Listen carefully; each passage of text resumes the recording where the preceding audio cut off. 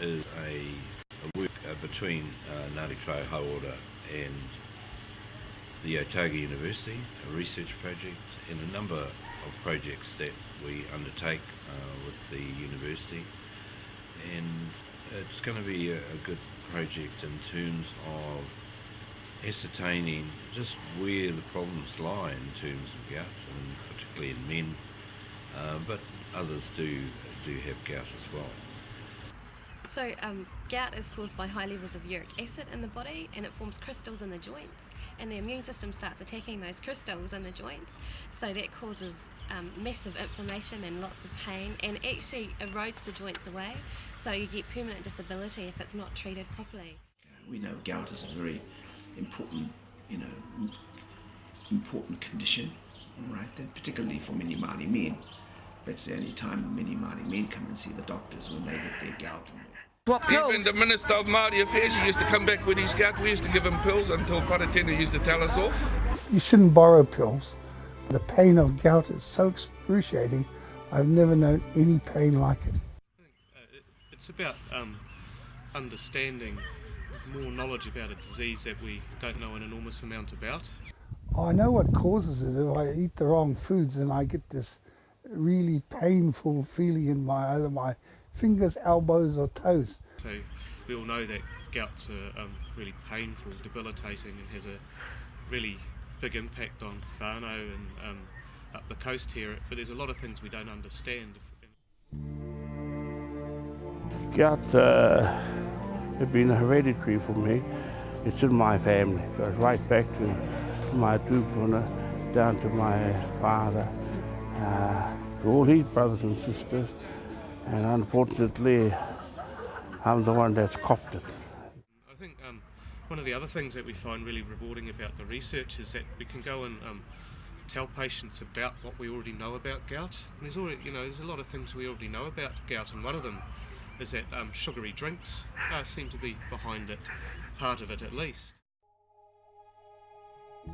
Kina, silver beet or crayfish. Or mutton birds, just recently. Now I can't touch those. Pork, tomatoes, seafood. Every time I see food I want to eat it, I get gout. So one of the things we think might make a difference from our research is that by understanding in an individual person what's causing the gout, there might be other drugs that may actually work better for those people, and these drugs are already out there. I've had the lots, Voltaren, colchicine.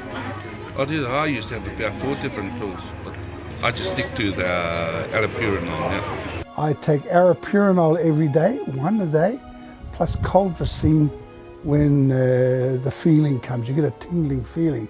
Sometimes if it gets worse and I get it in the elbow, I have to refer to the hospital for morphine. Well, hopefully it means better treatments, better management of gout, because some people, when they have gout attacks, it's pretty debilitating. When I do get it, I go down bad, and it can take up to a week for me to heal in terms of the gout. But now it's good. It's good, my gout. I control it now. About 8 years ago, I had this chronic stiffness in most of my joints, and one bright spark told me that it was through I was trying to get fit and too much exercise and that. But I went to Dr. Pat, and he told me to stick to politics and tell the other person to stick to the physiotherapist, and he'll do the doctoring, and told me that I had chronic gout. Gout was always one of the important health issues for every community that we spoke with. And the best way to get rid of gout, don't eat fatty clay, drink less alcohol. I don't think women get gout much, so I'm not too sure why, but we get it, and we know why we get it generally, and I wish I never ever got it, because it's something I don't ever like to have at any time whatsoever. So it's hereditary, but in parallel to that, it's the sort of foods that we eat as well.